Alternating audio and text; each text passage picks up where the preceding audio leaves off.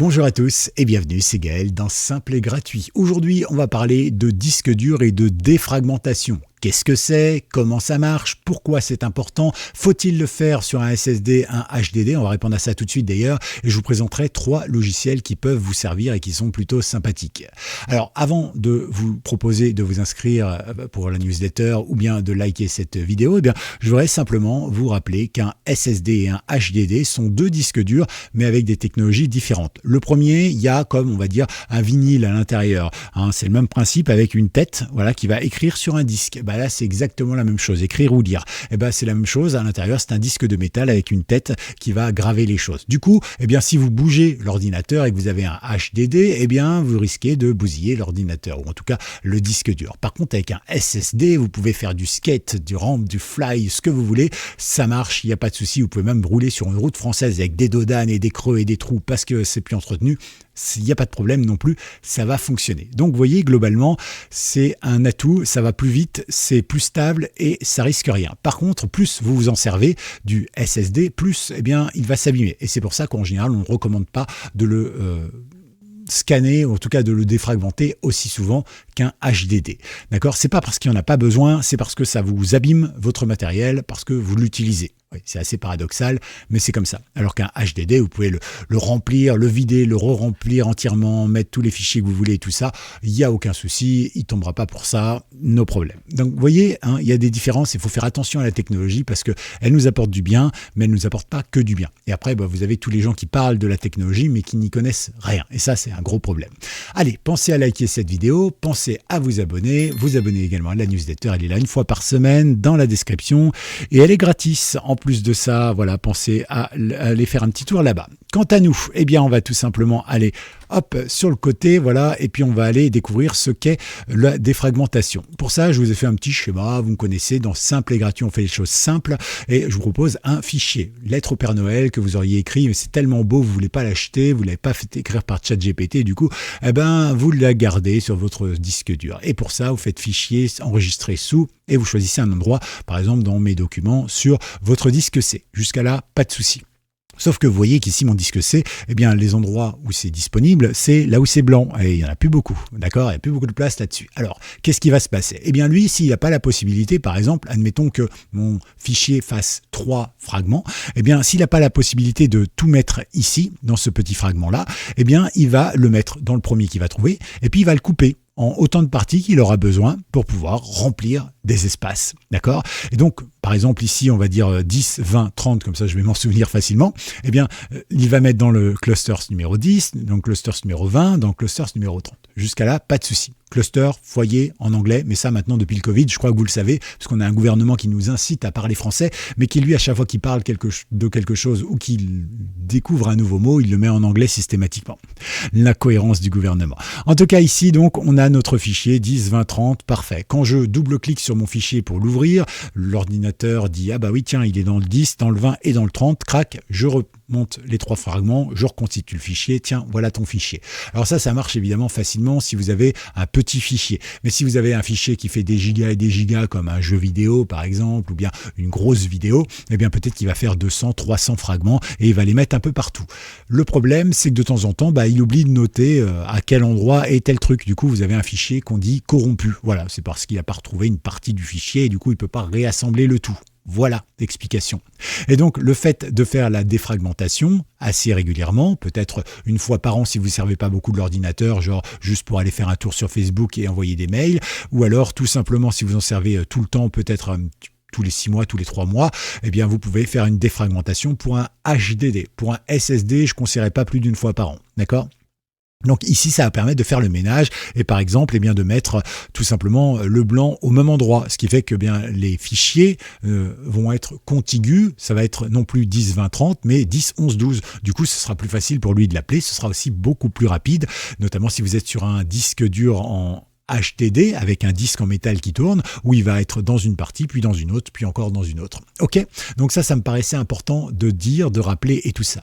Je précise que je fais d'énormes raccourcis et que s'il y a bien sûr un professionnel qui m'écoute, il est tentant, évidemment, quand on est professionnel, de pinailler un petit peu, mais l'essentiel, c'est que vous compreniez, vous n'êtes pas des informaticiens, vous ne le serez peut-être jamais, et moi-même, d'ailleurs, je n'ai pas ce niveau-là. Ok, donc ça c'est clair et je pense que c'est bien.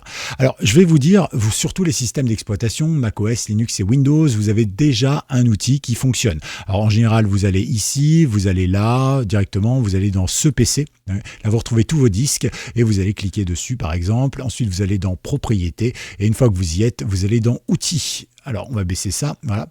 Et dans Outils, qu'est-ce qui se passe? Eh bien, ici, on a généralement quelque chose qui nous répare les données, le disque dur, etc. Alors, si vous regardez des tutos sur YouTube et que le type c'est un vulgarisateur mais pas un informaticien, il vous dira « Oui, la fonction magique répare votre ordinateur ». Non.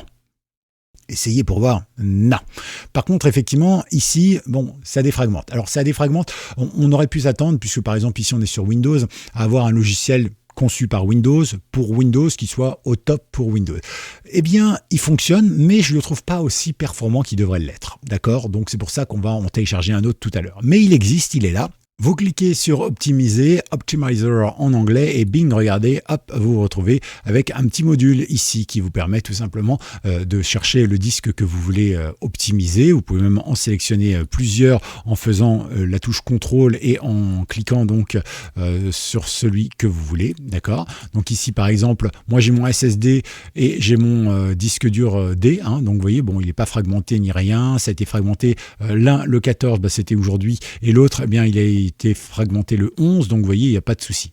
Mais globalement, voilà, ici je peux analyser pour voir un petit peu l'état de fragmentation des choses, ou je peux optimiser. On peut aussi avoir la vue avancée qui nous donne accès à tous les volumes. Les volumes, vous savez, vous en avez une partie qui est spéciale pour stocker le logiciel de Windows pour la réparation, vous avez une partie haute, etc. etc. Voilà, on ne va pas rentrer là-dedans, hein, je pense que vous n'avez pas besoin de défragmenter ce genre de choses. Mais globalement, votre ordinateur, il fonctionne avec le disque C qui est le disque système, et si vous avez un autre disque, souvent il est en D. Et là, vous pouvez cliquer sur optimiser et là, il va lancer une optimisation et donc il va tout simplement scanner, vérifier, modifier. Vous pouvez aussi ajouter les paramètres. Ok, on va pas s'éterniser là-dessus parce que c'est pas très visuel et bon, il est performant mais sans être vraiment au top et ça, c'est un petit peu dommage. Ceci dit, il est gratuit, il est inclus dans tous les systèmes.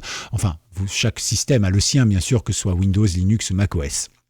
Et là, vous défragmentez et ça marche. Parfait. Donc voilà, ça marche et puis normalement l'ordinateur, peu importe le logiciel que vous avez dedans, hein, le fait au moins une fois par an, par trimestre, par semestre, ça dépend quelle version par exemple de Windows vous avez ou autre. Mais comme ça, vous le savez, hein, normalement ça se fait automatiquement. C'est pour ça que des fois l'ordinateur, on dit tiens, il fait du bruit. Donc pourquoi? Eh bien tout simplement parce qu'il travaille, il fait un scan antivirus ou il fait par exemple une défragmentation du lecteur. Donc ça, c'est les choses qui sont à l'intérieur de votre système.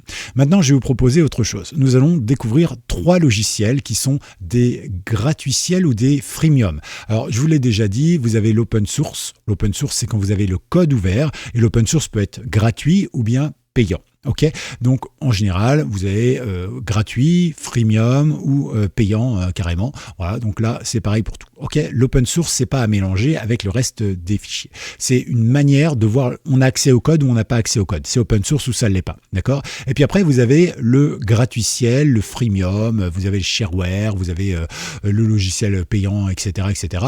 J'ai déjà fait une vidéo là-dessus. Je vous invite à aller la chercher quelque part à l'intérieur. Mais globalement, le gratuiciel, eh bien, c'est un logiciel qui est gratuit. Alors, il est open source ou bien il appartient à une société. Dans ce cas-là, vous ne pouvez pas voir le code. Ici, par exemple, il appartient à une société. Vous avez le freemium. Ici, par exemple, c'est un freemium, c'est-à-dire que vous avez des options qui sont payantes, mais vous avez la majorité du logiciel qui est gratuit. Puis vous avez le shareware avec des démos ou pas, etc., etc. Mais ça, c'est encore autre chose. On ne traite pas vraiment de ce genre de choses sur cette chaîne. On est simple et gratuit, je vous le rappelle.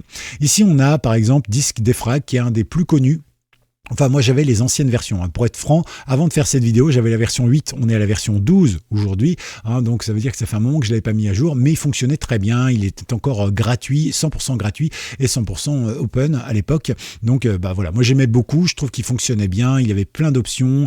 On pouvait aussi s'occuper des SSD et des HDD sur le même système et tout ça.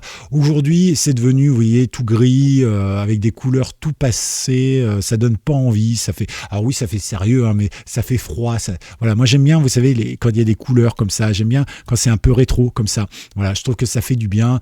Ça, voilà, je sais pas. Bon, ça après, je pense que c'est chacun voit à sa porte. Mais ici, vous voyez, en gros, j'avais prévu de vous l'installer. Hein, d'ailleurs, si on va voir ici, hop, dans Tuto, vous voyez.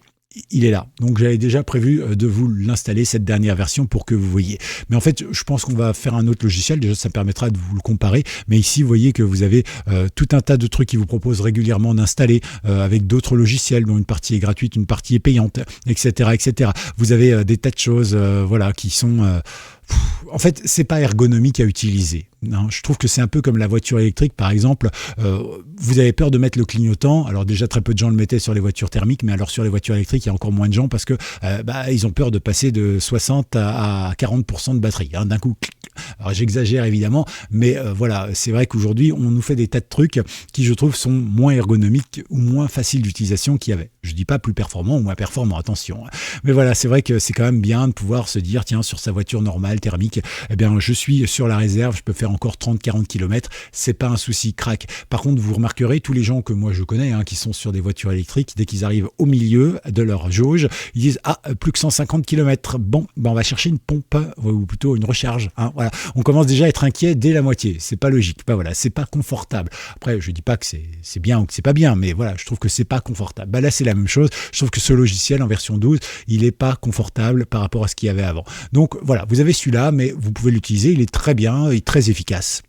Vous avez celui-ci qui appartient à la fameuse société qui a CCleaner. Je vous rappelle que CCleaner, beaucoup l'utilisent. D'ailleurs, moi, je vois sur plein de tous les gens chez qui je vais voir pour les ordinateurs et tout ça, ils ont CCleaner. Ils me disent, et souvent, je leur demande, pour amusement, comment vous en servez? Je l'ai installé, je clique sur le bouton et ça fait tout seul, c'est génial. Je dis, mais là, ça caresse le nettoyage, quoi. C'est une chambre d'ado, quoi. Ça fait le ménage là où c'est visible, mais sous les meubles, sous le lit, tout ça, il y a tout un tas de bordel, plus de la poussière avec des moumoutes grosses comme mon poing, quoi. Donc voilà, non, effectivement, il faut bien le régler et c'est un logiciel très complet, très efficace, mais il faut le régler si vous voulez qu'on le règle un jour ensemble, ou en tout cas que je vous donne des conseils pour savoir à quoi sert exactement certaines choses. N'hésitez pas, vous mettez un commentaire dans les commentaires, c'est fait pour ça. Voilà, donc là, et puis on a celui-ci, Ultra Defrag, donc celui-ci il est entièrement, je crois, gratuitiel, d'accord, et celui-ci il est freemium, pareil, c'est-à-dire qu'il propose une partie gratuite, une partie payante.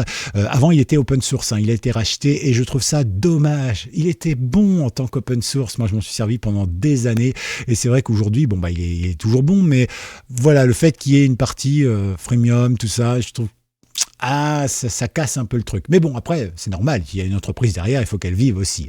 Mais bon, c'est vrai que là, c'est un petit peu tristounet pour les utilisateurs comme moi qui connaissaient bien et qui adoraient Ultra Defrag. En tout cas, voilà, vous avez ces trois-là, ils sont très reconnus, très compétents. Ils fonctionnent beaucoup d'ailleurs pour les différents systèmes d'exploitation, donc n'hésitez pas. Ici, nous, on va télécharger celui-ci de CCleaner. Donc, vous allez sur le site, les liens sont dans la description. Et vous voyez, je vous ai pas menti, il était prêt à télécharger, l'autre prêt à être installé. On va le télécharger ensemble. Voilà, je change au dernier moment, mais c'est ça aussi le principe de simple et gratuit. Voilà, comme ça je vous montre que c'est préparé, mais que voilà, je suis là aussi pour vous montrer les trucs et voir un petit peu à quoi ça ressemble. Alors celui-ci, moi je le connais un peu. Je sais que par exemple, quand on double-clique dessus, tout ça, une fois qu'on l'installe, il ressemble un peu à l'ancienne. Et pour moi, c'est important, d'accord. Donc là, on va le laisser faire. Ici, on peut installer ou pas installer, customiser ou installer. Donc par exemple, si vous allez dans customiser, vous pouvez choisir si oui ou non, par exemple, et vous allez rajouter un petit icône ici sur le bureau, ajouter au menu démarrer. Est-ce que ça va s'ajouter dans l'explorateur de Windows, donc ici, ou est-ce qu'il va remplacer le défragmenteur de Windows? Alors là, c'est à vous de voir, d'accord? Personnellement, ça c'est niette, ça c'est niette, ça c'est niette. Voilà, c'est moi qui choisis. Non mais chacun ses goûts, évidemment. Il y en a qui aiment quand c'est tout simple, tout fait et tout ça. Voilà, moi j'aime bien faire moi-même mes choix et là, vous avez le choix, évidemment. C'est pour ça, choisir toujours customiser. Voilà, n'hésitez pas. Une fois que c'est fait, ici vous avez Run Defrag et puis ici vous avez bien sûr la possibilité de voir les anciennes notes. Mais comme moi, vous parlez pas anglais, vous n'avez pas envie de voir les anciennes notes, vous cliquez décocher et vous cliquez ici sur Ouvrir. On va pouvoir baisser ça. On va attendre 2 instants qu'il s'ouvre et regardez, ça se fait un peu à l'ancienne et moi ça me plaît quand c'est à l'ancienne comme ça. Alors je vais pas trop faire comme ça, on va zoomer plutôt. Voilà.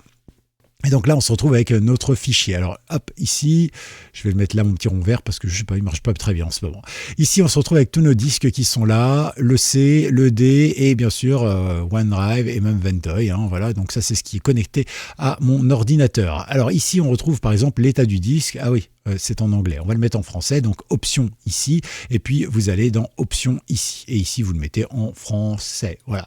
Et tous les paramètres qu'on a gérés tout à l'heure, vous pouvez les gérer aussi, voir les SSD, la défragmentation aussi, savoir pour les défragmentations rapides, est-ce que vous utilisez les réglages par défaut ou bien vous souhaitez le régler vous-même. Attention, attention, attention, si vous ne vous y connaissez pas, je ne vous invite pas à rentrer dans trop de détails. Faites les choses simplement, vous aurez sûrement des meilleurs résultats. Vous savez, on voit tous des gens qui ont des appareils photo, réflexes, hyper machin, et vous regardez les photos, elles sont moches. Voilà, moi avec mon smartphone, en réglage automatique, bon, certes les photos par rapport à un vrai pro qui va utiliser son vrai appareil, tout ça, ce sera moche, mais par rapport à la majorité des gens qui ont des super gros appareils, qui ont quelque chose peut-être à compenser, moi ça va fonctionner. Voilà, même si je prends un vieux téléphone que j'aurai depuis 15 ans par exemple, je pense que je peux faire des meilleures photos que beaucoup qui ont des réflexes.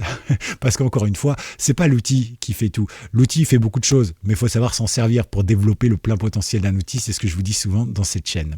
En tout cas, voilà, ici donc vous avez la possibilité de mettre en français, vous cliquez sur OK. Et donc, vous voyez, on se retrouve avec ici l'état du disque santé, il est bon, celui-ci, hop, il est bon. Ici, c'est un disque, voilà, donc il est virtuel, il faudrait le tester, etc., etc. Bon, ici, on a nos espaces avec tout ce qu'il faut, parfait. La liste des fichiers fragmentés, alors j'ai pas lancé l'analyse, donc il n'a rien trouvé. Ici, la recherche, on peut chercher les fichiers, ça c'est pratique, par exemple, si vous voulez faire un peu de ménage, par exemple, moi, mon disque de stockage, c'est le D, pardon. Et vous voyez que si j'ai envie de faire un petit peu de stockage sur mon disque D, je peux le faire tout simplement en cherchant les fichiers qui sont plus grands que 10 mégas. Donc de 10 mégas par exemple à 500 mégas, je veux tous les supprimer, donc je peux les identifier. Du coup, hop, ici je mets 500. Voilà, mais je ne suis pas obligé de mettre un supérieur. Et donc ici, il va me chercher tous les fichiers qui sont compris avec un poids entre 10 et 500 mégas. Et du coup, après, je pourrais aller pour les effacer ou les défragmenter, etc. J'aurai ma liste, c'est plutôt pratique. Donc vous voyez, vous pouvez vraiment faire pas mal de petites choses qui sont sympathiques. Vous avez la défragmentation du disque avec ici les petites couleurs qui sont marquées. Voilà, ici, hop, ça vous permet de savoir un petit peu à quoi correspond quoi. Et puis ici, vous pouvez modifier les paramètres si vous le souhaitez. L'état du disque, on en parlait tout à l'heure, avec les attributs qui sont là, évidemment, et puis ici les statistiques d'utilisation du mois, d'aujourd'hui, etc. Voilà, donc ça c'est plutôt bien. Donc là par exemple ici on va revenir sur le principe ici et on va pouvoir tester le disque, d'accord? Alors on peut le tester, ça prend quelques instants, analyse commencée, j'espère que ça va pas prendre trop de temps du coup. En attendant, on va descendre ici et vous voyez vous avez analysé, mais avant de faire analyser vous pouvez choisir aussi ce que vous allez faire par la suite. Par exemple vous pouvez défragmenter votre disque dur, vous pouvez aussi le défragmenter et l'optimiser. Vous pouvez, selon les logiciels, alors celui-là, je ne sais pas, mais celui que je vous ai montré tout à l'heure, qui était ici, vous pouvez défragmenter, optimiser et même au démarrage, vous pouvez gérer pour que il défragmente vraiment lors du prochain démarrage, etc. Voilà, vous pouvez faire plein de trucs. Et puis ici, vous pouvez mettre pause ou arrêter. Et puis, généralement, alors ici, je ne sais pas si on va pouvoir le faire. C'est peut-être dans les paramètres d'ailleurs. On doit pouvoir regarder un peu comment ça fonctionne, défragmenter. Mais enfin, sur certains logiciels, alors sur celui-ci, peut-être qu'on ne peut pas le faire. Je vais voir ça tout à l'heure. Mais en gros, il nous dit, par exemple, sur celui-ci, on peut sélectionner ce qu'on fait une fois que le scan est terminé. Donc, par exemple, je peux très bien choisir le C et le D, donc on va dire 2 gigas ou 2 téraoctets à scanner. C'est sûr que ça va prendre la nuit. Donc, je le mets en route et je lui clique la petite flèche en lui disant, après que ça est fini, soit tu arrêtes le logiciel, soit tu arrêtes l'ordinateur, soit tu redémarres, soit tu mets en veille, ce que vous voulez, d'accord? Donc les logiciels ont tous leur petite configuration, mais globalement, ça fonctionne de la même manière. Donc là, vous voyez, il est en pause, donc je vais arrêter le scan, parce que franchement, j'ai pas besoin de ça. Donc ici, vous voyez que je peux défragmenter, défragmentation rapide. Donc ici, hop, par exemple, la corbeille, voilà, donc il me demande si je veux la vider pour gagner du temps, etc., etc. Alors celui-ci est peut-être moins complet que l'autre que j'avais prévu de vous installer, mais c'est vrai que c'est quand même plutôt pratique parce que c'est vrai que ça va permettre d'avoir quelque chose qui est, je trouve, sympa. Vous savez quoi, puisque l'autre est là, allez hop, c'était pas prévu, mais on va l'installer aussi. Voilà. Donc vous avez les liens dans la description. Donc pour info, c'est celui-ci. D'accord? On va l'installer et je vais vous montrer un peu la différence. Donc là, pareil, il est en train de se lancer. Alors ici, je vais fermer Defragler. Voilà, l'autre, il est en train, ça va prendre quelques instants, mais je pense que voilà, c'est bien puisqu'il était là après tout. Ici, c'est pareil, on sélectionne où est-ce qu'on veut l'installer. Alors moi, par exemple, je vais l'installer plutôt sur le D. Ici, dans Programme. Ici, on va sélectionner le dossier. Je veux bien créer un raccourci sur le bureau, c'est tout ce que je veux faire.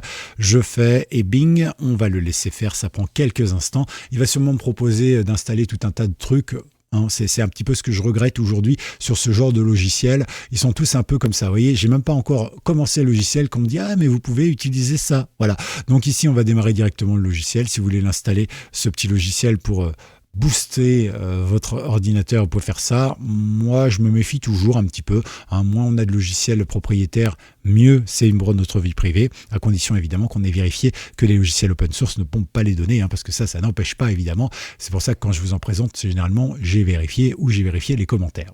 Donc ici, voilà, on arrive sur exactement le même système en réalité. On a le C, le D. Ah, il me demande encore quelque chose. Vous voyez, ça c'est le problème. L'expérience utilisateur, je la trouve super décevante. Et donc là, en gros, qu'est-ce qu'il me dit? Il me dit que le SSD n'est plus exploitable avec ce logiciel. Il faut que j'en télécharge un autre.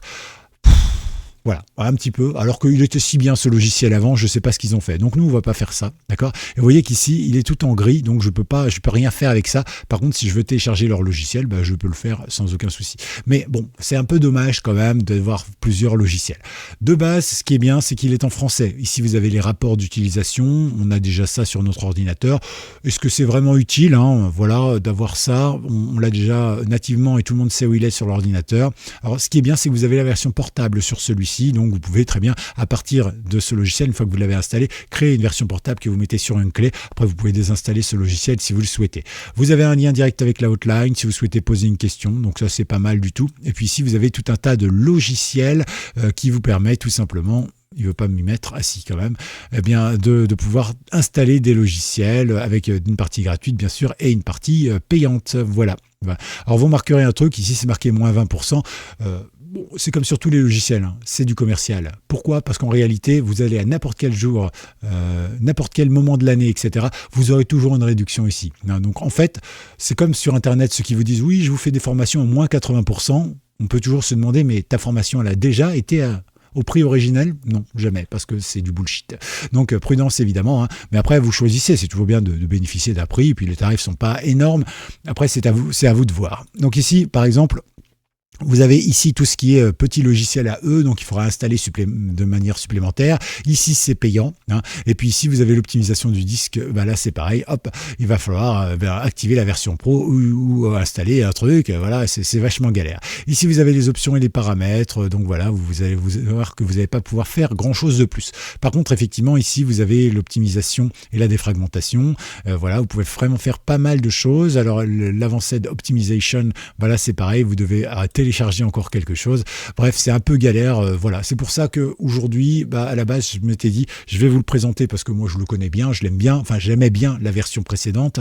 Moi, j'avais encore la version 8, vous voyez, je l'avais pas mis à jour et j'avais peur justement des nouvelles versions. Et là, c'est la version 12, par exemple. C'est clair que là, à la fin de ce tuto, par exemple, avec le nombre de pop-up de trucs qu'il m'a mis, je désinstalle. C'est dommage, mais c'est comme ça. Et donc voilà, ici, on peut cliquer dessus, on peut optimiser, défragmenter une fois par semaine, etc. Et ici, c'est ce que je vous disais, on peut cliquer dessus et faire quoi une fois qu'on a choisi de défragmenter, par exemple, les deux choses. Voilà. Donc, on peut choisir d'arrêter le PC, passer en mode veille, etc., etc. C'est vous qui choisissez. Ici, vous avez quand même, on termine la présentation, le général, donc prêt à fragmenter. Voilà. Ici, vous avez tout ce qui concerne les fichiers. Ici, vous avez l'infosystème qui concerne évidemment tout ce qui concerne le volume, son nom, sa taille, etc., etc. Et vous avez le smart qui vous dit si effectivement, il a fait un petit scan pour savoir si tout se passe bien sur votre disque. Et vous pouvez récupérer les données. Voilà, vous avez un petit aperçu complet de 2 des 3 logiciels. Mais c'est vrai que celui-ci, moi j'ai été assez déçu des dernières mises à jour. J'espère que le développeur va entendre que nous, en tant qu'utilisateurs, c'est un petit peu dommage. On veut bien payer quelque chose, mais on ne veut pas avoir des trucs qui s'ouvrent sans arrêt et des multi-logiciels qu'il faut sans cesse installer. Ok, j'espère que vous avez appris quelque chose. Hashtag défrag si vous avez été jusqu'au bout. N'hésitez pas à me me donner aussi vos retours d'expérience. Alors, vous allez me dire pourquoi tu n'as pas choisi un logiciel open source. J'en ai choisi à la base, mais en fait, je ne suis pas capable, je ne suis pas assez bon en informatique pour vous dire si le logiciel en lui-même est bon ou pas. D'accord? Ces trois-là que je vous ai présentés aujourd'hui rapidement, eh bien, ils sont très bons, ils sont connus depuis des années, ils sont reconnus par la communauté. Mais moi, autant je m'y connais, je peux vous dire en lisant un code si le code récupère les données ou pas, à peu près dans n'importe quel langage, même si je ne sais pas programmer dans ces langages-là, j'arrive à le comprendre, mais globalement, je ne peux pas vous dire, la défragmentation, ça me dépasse un peu dans les techniques. Ce n'est pas des techniques que je possède, je connais les gros concepts, les choses comme ça, mais je peux pas, voilà, je suis pas codeur à ce niveau-là, spécialiste de la défragmentation, donc je peux pas vous dire s'ils sont super performants ou pas. Mais on fera peut-être une autre vidéo prochainement. D'ailleurs, en attendant, pensez à liker cette vidéo, pensez à vous abonner et pensez également à vous abonner à la newsletter, une vidéo tous les mercredis, ou plutôt 2 articles et un tuto tous les mercredis. À bientôt. Ciao.